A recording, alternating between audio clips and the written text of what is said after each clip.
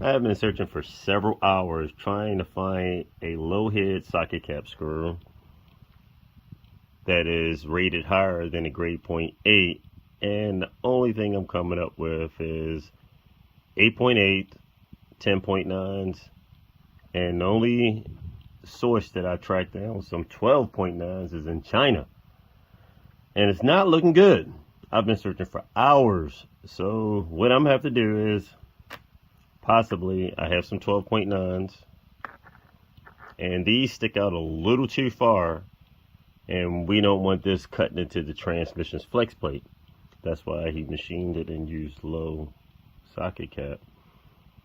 What I'm gonna have to do is grind this down. Luckily, I can use a larger Allen for stronger torque for torquing this down into position, but I will have to shave the heads down in order to get this to work, and order the ones from China, which isn't due here until June. And then at least we'll have some nice strong hardware to keep this fixed in position, and all these bolts will be replaced with ones that I shaved down. And once these other ones get in and we have to dig back into the transmission or bell housing again, then we'll have these bolts readily available to upgrade. So I'll still continue my search to see if there's anything in the US I can find. Hopefully so, but other than that, it's looking like I'll have to make my purchase from China. Okay, either way they're getting us, but we need these bolts. They're 12.9, and they're trying to charge us $10 a piece of the bolts. I already have them in our shopping cart, and of course we're getting hit with some international fees and some crazy little right here speed pack standard at the bottom, which is crazy. But either way, for the most part, it look like they're charging us. And I'll just bring up this card on the side again.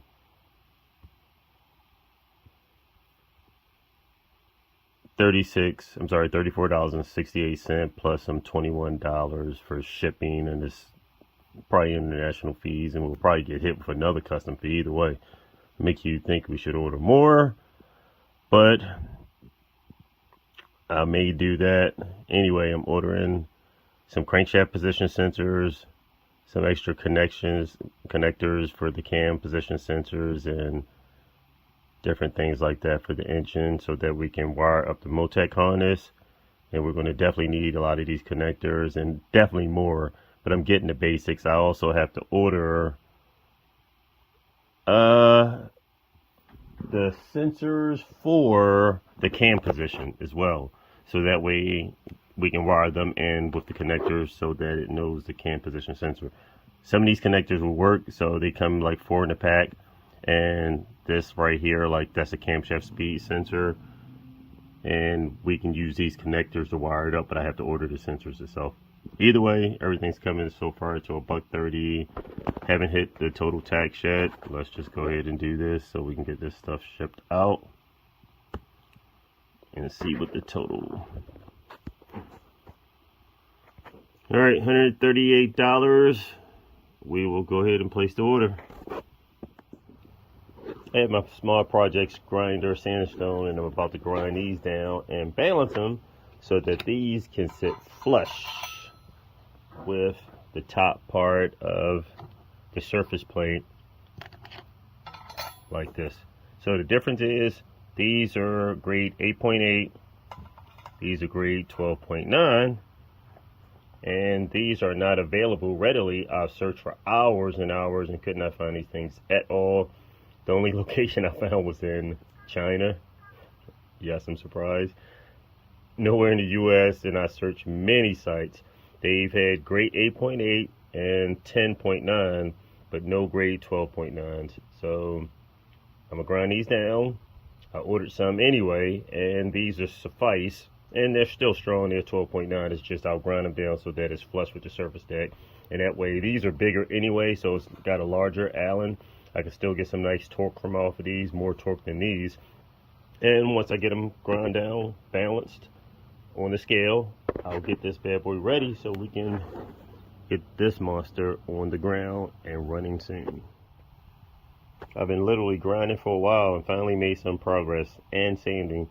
So I reduced the overall height of the bolts so that way they can sit a lot closer on this cover plate for the dual mass flywheel, because the original bolts was a grade 8.8 and I wanted something stronger. These originally started off as a 12.9 and I just needed them recessed. I ordered and sourced some 12.9 that is similar to the ones that came in here with this, and hopefully they'll be here in a few weeks, but by that time the engine should be already mounted to the transmission, and when we ever have to take it out again, we'll just have correct hardware that'll sit a little more flush. But either way, these are some still strong studs or bolts that are going in place. So let's see how we made out. 6 of them that goes in here. One's the original and another one's a spare, and each one 18.7, 18.8, 18.6, and I have to do this again because there's a little dust I got on top of my scale. Alright, let's just go ahead and take this off. Stop me on the ticklish. Here we go again. 18.5, 18.6. You hear what? You hear water. You hear what? I've been grinding and sanding possibly too long. 0.6 ounce. 0.6. 0.6. 0.6. 0.6. 0.6, and just for a reference, 0.540. So that shows I've been grinding to get each one of these on the money.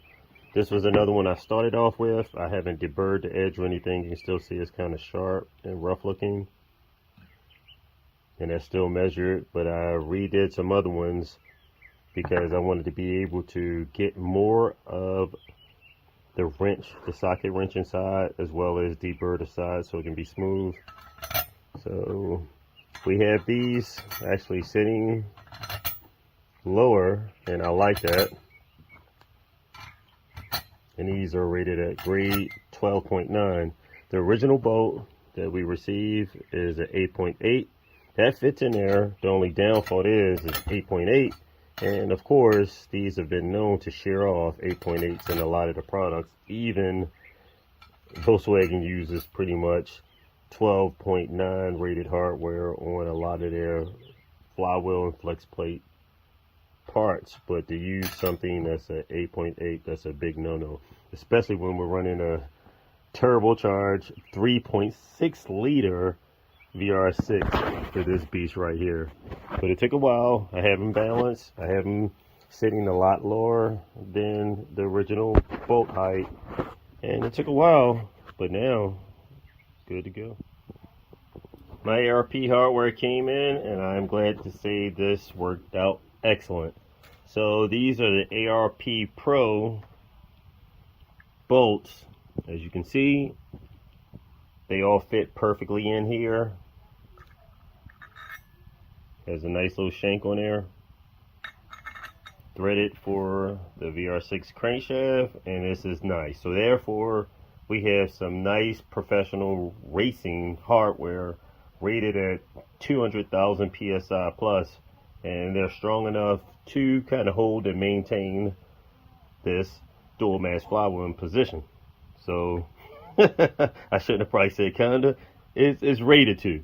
So one of the advantages, our VR6 uses 10 of these bolts. Some of the V8s that use this same exact bolt, they only have 8. So if they're doing pretty good with 8, I want to say our 10 should fare fairly well. We're going to be pushing some nice horsepower, so we want great hardware, everything being secured in place. We definitely don't want any type of failures from running cheap bolts. So one of the things I'm going to have to do is clean this stuff up. So you can see a lot of debris from the machining process of this. So I'll, QA, quality a lot of times has been, I'll say, changed after COVID. I haven't seen the same type of final cleanup that possibly should be, but either way, that's another story. I'll clean all the stuff up, and as you can see, it's like debris all over this from machining, like little small flakes. I'll take it and blow it out with a compressor to get all this crap off of here, because this is a nice Teflon sheet, so of course you do not want any sharp medical particles in between the Teflon, because all it's going to do is gouge it out. So you want this Teflon nice and smooth and clean, so therefore as it's seated between the steel plates, it's going to do its job as a barrier and not gouge yourself out from metal particles. So the other top plate turned out pretty good. I have my bolts pretty much ground down. I'll do a test fit and make sure that this will clear this backing plate right here, this top plate on the DQ500 transmission. Okay, I'm just performing a dry test fit with the dual mass flex plate in position, with the flex plate pushed all the way up against the input shaft. I have it far as it'll go, and if I'm spinning it around, as you can hear, everything is clearing properly. So it's no contact with the hardware at all. I just snugged up the bolts. I don't have them torqued all the way down. When I torque them down to spec, they're actually going to come a little further, exactly like the original ones, past the outside of this housing, but they'll be seated nice and tight. So my whole point is, with this forced all the way up against it, there's no rubbing. And more than likely, the hub, there will be some type of extra clinch where it's not sitting so far up against it. It's going to be back a little bit like this. You do not want your crank forced all the way up against the input shaft. That takes away from the thrust of your crank. You can wear out the crankshaft thrust bearings. It will cause a lot of damage. So I was just doing this just as a test, because I know we would have extra clearance and the crankshaft would not be forced all the way up against this input shaft at all. It's more likely to be sitting back like this a little bit, which would give us extra clearance. But if I do have it forced all the way up against it and cock the flex plate sideways, the bolts will, as you can hear, they'll rub the housing a little bit, and that's if it's cocked. It's not going to be cocked like that. It's going to be centered straight and rotating straight like this, so as it should be. But of course I can move this all around into position, and if I force it to the side, I can actually force a bolt to make contact if I force either end. But as I stated before, it's not going to be forced to one side. It's going to be perfectly centered. That's the main reason why the importance of all this machining, to make sure when you bolt this transmission up to an engine block, everything's perfectly centered, no type of shifting or play. It should be perfectly centered and running true like this, with no type of shifting back and forth. So this turned out fairly well. As I stated, I tried to take as much off as possible, but still have enough so that my socket head Allen could fit into position, and to get all the torque that we need for torquing these down until we get the right hardware in. And hopefully we don't have to go back into this for a while, but we do have some grade 12.9 bolts that'll fit flush like the original factory ones, or the original ones that he sold with this, that was machined totally flat with this dual mass flywheel. So hopefully I'll have tomorrow all my cover plates. I cleaned all of this up, the extra housing.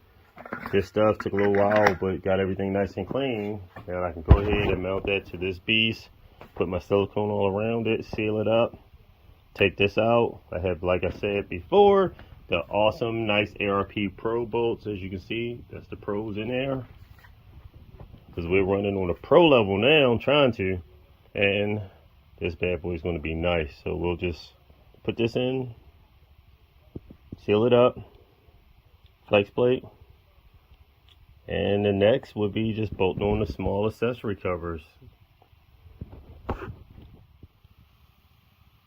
Made some progress today, and today is a Sunday, and my bolts for the cams were delivered.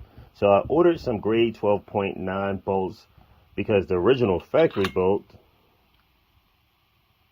I am not too happy to say, is only at 8.8. And unfortunately, in a lot of the applications when you're running the 3.6 liter hard and some of the 3.2 liters, some of the weaker grade 8.8 bolts resulted in failure. And unfortunately, this bolt is a 90 millimeter thread pitch 1.5, so it's an M12 by 1.5, which is the fine thread, and 90 millimeters in length. I could only find 100. I couldn't find a 90 millimeter and an M12.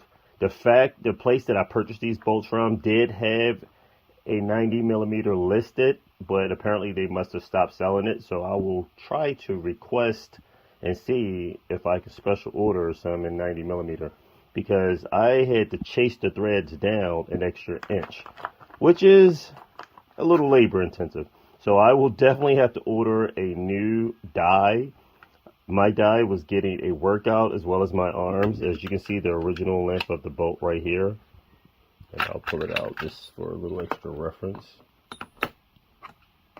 And you can see I literally had to cut an extra inch down. And the reason for that, so that way it can thread all the way in the cam. So I cut 4 bolts and it fits perfectly in the cam. And as I stated, these are the nicer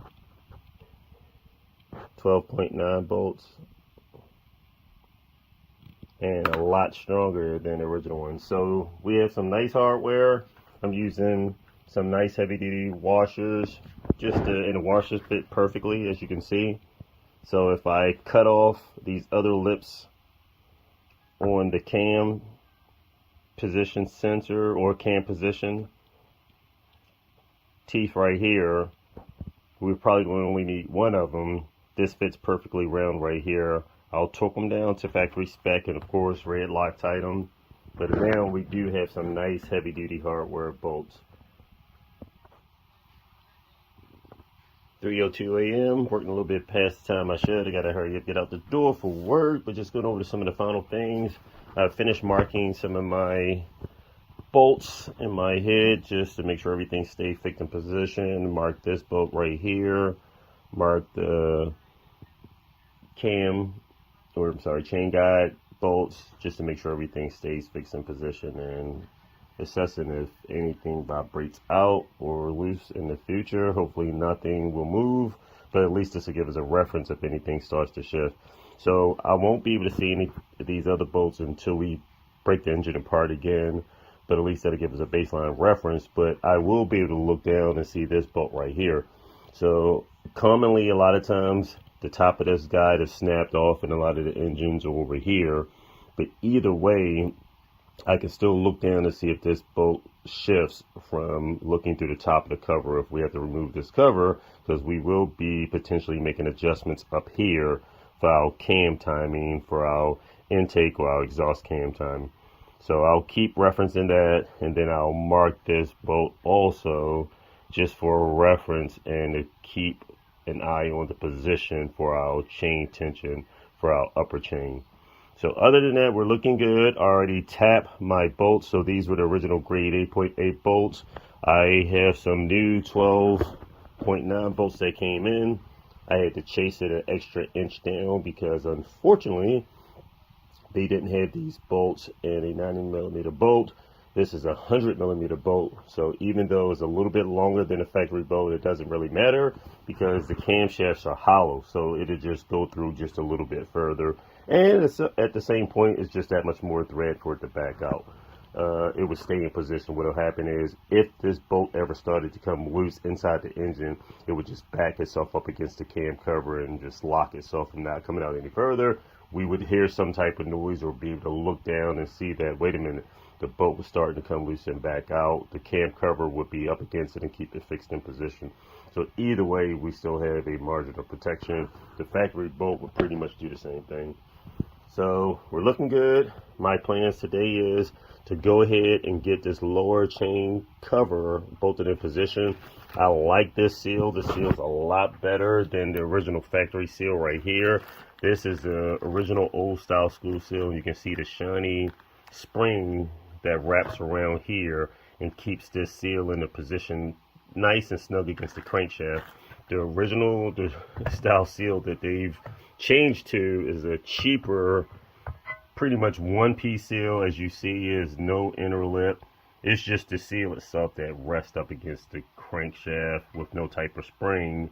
And of course, they've gotten a little bit cheaper. This is a nice quality seal, old school type of seal that has been known to last many years. As you can see, it's a thicker lip right here, as well as it's got the spring tension inside. So I'll install this today, go over. I have my engine rotated in an awesome position so that way I can get into any type of cracks and crevices to put my silicone sealant around. Now, in a lot of the videos, they display not to put any type of seal on this lower part of the cover, which is right here, because this part will rest up against our oil pan. Well, I have to put sealant there because this goes directly against our girdle. So of course you have to be thinking about what you're doing. If I'm just being a robot and following instructions, I would mount this in, no sealant across here, and this would be a source of oil leak. And this would be an extremely difficult area to get to, meaning you would have to snatch the whole engine block back out of the car, take this cover off just to seal in this area right here, or not really. You can, or just from the bottom of the car, disassemble all of this and take the whole complete girdle out and then seal this part of the girdle and bolt it back into position, which would be a lot easier than tearing the whole engine out. But either way, I'm going to make sure I seal all of these tight locations right here. I can see it good since I have the engine rotated to the side, and I can get really good. Most videos, a lot of the other people that's doing engine assembly, they have their engine sitting upright and they can't get a good look at this looking like a tabletop to see all the areas that needs to be sealed well. So we'll do that today and keep this bad boy moving. Coming up with the final touches on cleaning up the chain cover for my lower timing chain on the VR6 3.6 liter engine that's preparing for this beast right here. So anyway, I tapped out the old seal and I'm preparing to install the new seal. But before I do all of that, I'm going to clean up inside these holes, because on the inside you can see small gasket material that's just stuck inside the holes itself. So I have a brass brush tool that I'm just going to go through, ream out, clean out all this extra stuff, just so that I have a nice good surface to mate to the engine block. I don't want any type of sealant or old dried up sealant being pushed through when I run the screws in and somehow getting trapped in between this and preventing from me having a good seal. One other thing is also, this was the original factory style seal. I'm installing a better seal. You can see that this was just the seal itself that raced up against the crankshaft, and the newer one is a heavy duty old school seal. And with this seal here, it's tremendously better. This is a good old school style seal that's heavy duty and reinforced with a retaining spring. This spring will keep pressure up against the rubber itself to hold it tightly against the crankshaft, and that will seal a lot better and help reduce or eliminate any type of oil from just leaking out between the crankshaft and the gasket seal itself. So this is a lot better seal. Clean this up. One interesting thing also is my seal driver kit is smaller than the diameter of this seal. So I'm like, this is a little crazy, but thinking outside the box, one of my oil filter socket wrenches is large enough so that way it'll fit perfectly over here, and I can tap the top of this and knock it into this timing chain cover without any issues. So let's get that done, and that way we can get this engine ready for this beast right here. Tapped in my crankshaft seal, and it actually turned out a lot better than I expected. One of the good things is I tapped it from the top using this as my base reference point from tapping, and it fit in perfectly. And also, if I needed to kind of square it up and make sure that the diameter of the gasket was perfectly equal with the frame housing, I can literally just go around the corner and just slightly tap just a little bit, and it would just pop itself into place and square itself up. So this turned out great. Installing the lower timing chain cover, I have silicone on the housing, and also I put silicone in these hard to locate areas right there, patched up in the corner. The lower corners over here, I thicken up the silicone, and right over in this corner, these hard areas, so that way once I tap the cover into position, it'll seal all those critical areas. And of course I even put some up here so that way it can seal up against the head gasket itself. So let's go ahead and tap this baby down into position. Finally have the lower timing chain cover installed and torque down the specification. You can see I actually put a little extra silicone in the tight corners right here. These are places that were known to leak if you don't seal in those areas. So we want this bad boy sealed up nice and tight, no type of oil leaks or anything at all. And any type of extra silicone that squeezed out, I just wiped it off. Made sure I directed most of the silicone towards this line and to follow on the outer edge, because you don't want silicone to be squeezing on the inside too much, even though it'll dry up, but you don't want anything to get in there and clog up any type of oil passages. Next step, upper cover and line my sensors up for my camshafts. Just rotated this big block VR6 engine around. It's coming together pretty good. The reason I'm calling it a big block VR6 is because it's 3.6 liters and possibly one of the largest VR6 engines, a part of the Volkswagen Audi group. This originally came out of an Audi Q7, and it will be going into my brother Teddy's Audi TT. So far we've got racing cams installed, all Super Tech valve train. That came in pretty good. We're running a Schimel Performance adjustable sprockets, and I have a Gravitune block girdle underneath here. We have H-beam rods as well as JE racing pistons, and it's tightening up pretty good. Fluid damper, hardened steel bolt. Got the ARP hardware for the exhaust manifold. So right now I'm prepping to install my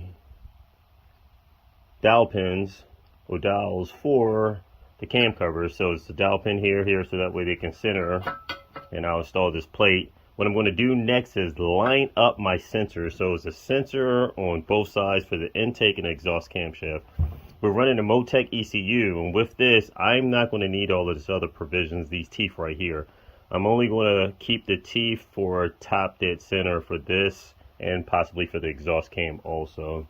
And then I'll reinstall these. So I'm going to take them off, cut off the extra teeth, put them back into position, and continue to go with the flow. What we have so far is we have forge internals. We have the custom made JE pistons. I retain the direct injection. So the pistons itself still have the fill bowl built into the piston. And the reason for that is direct injection engines are known to produce even more torque and have great fill atomization in the cylinder. Also, with this engine, we have port injection. So we have a custom made RCP intake manifold, and this will utilize 6 secondary high performance fill injectors.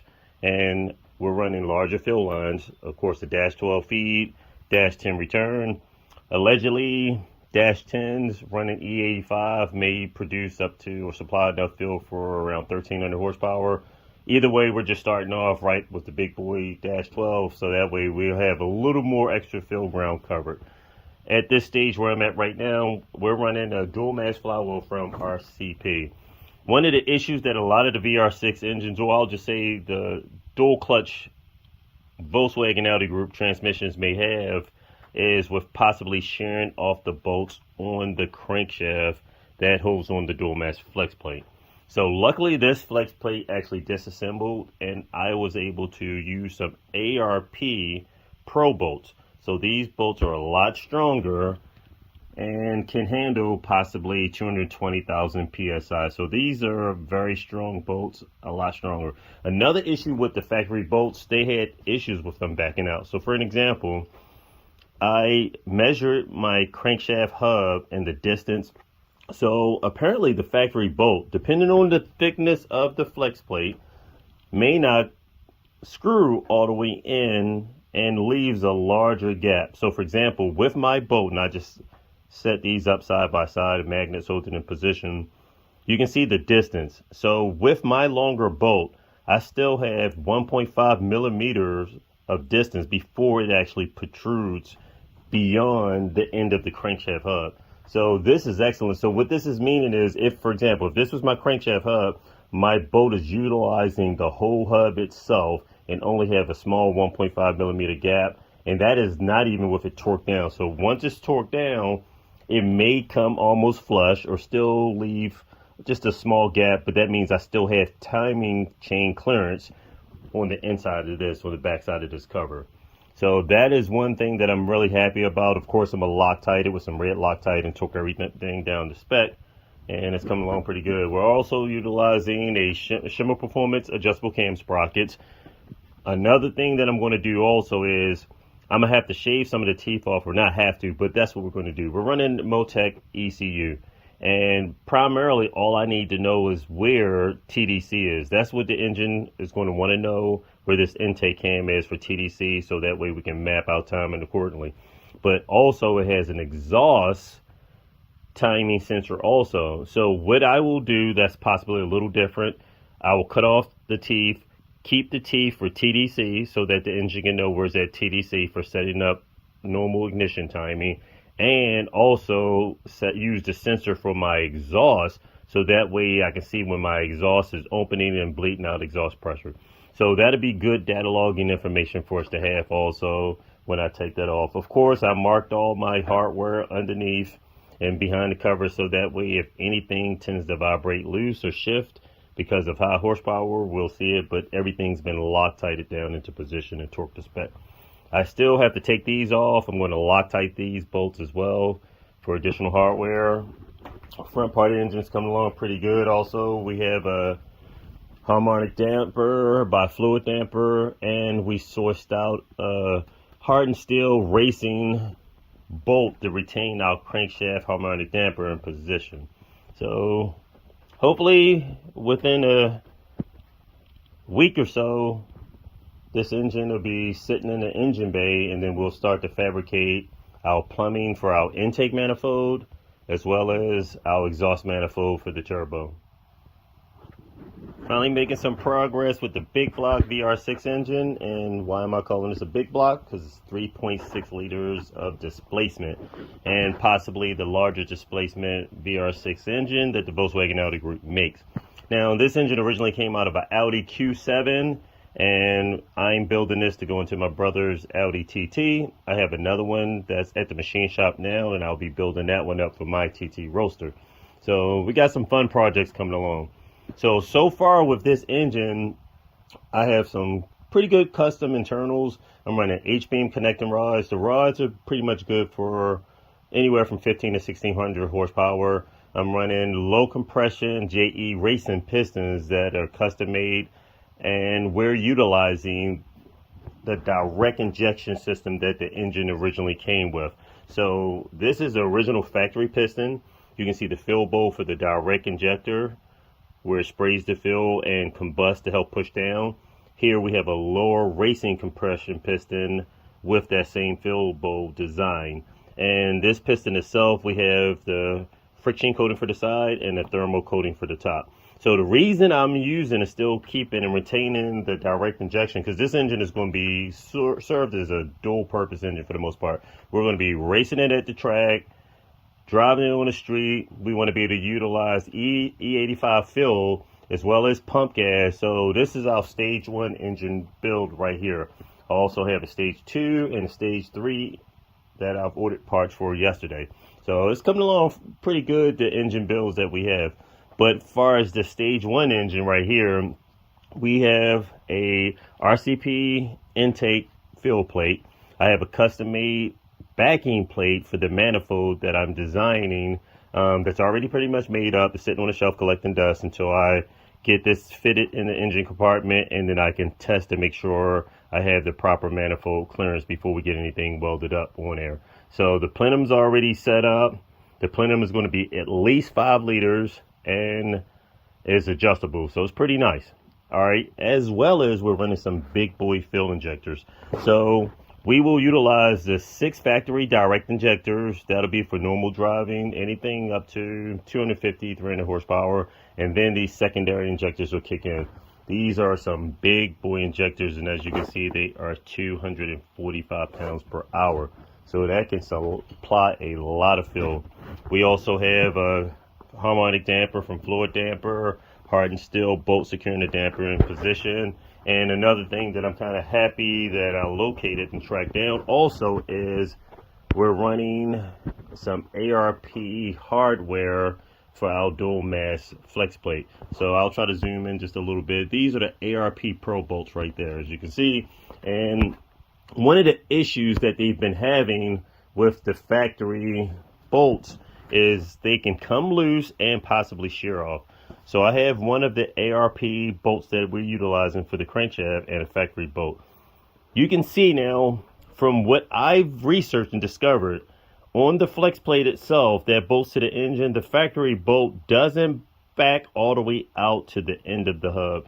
And for reasons of possibly not coming into any interference with the back timing chain that is not required, but I'm about to take the coolant pump back off and put some silicone sealant around the O-ring and then fix it back into position, so that way it'll be some extra sealant. Sometimes through heat expansion and as the engine ages, the O-ring for the coolant pump may start to shrink or get brittle. So putting the extra silicone around it will just create an extra barrier of sealant to help prevent any future leaks.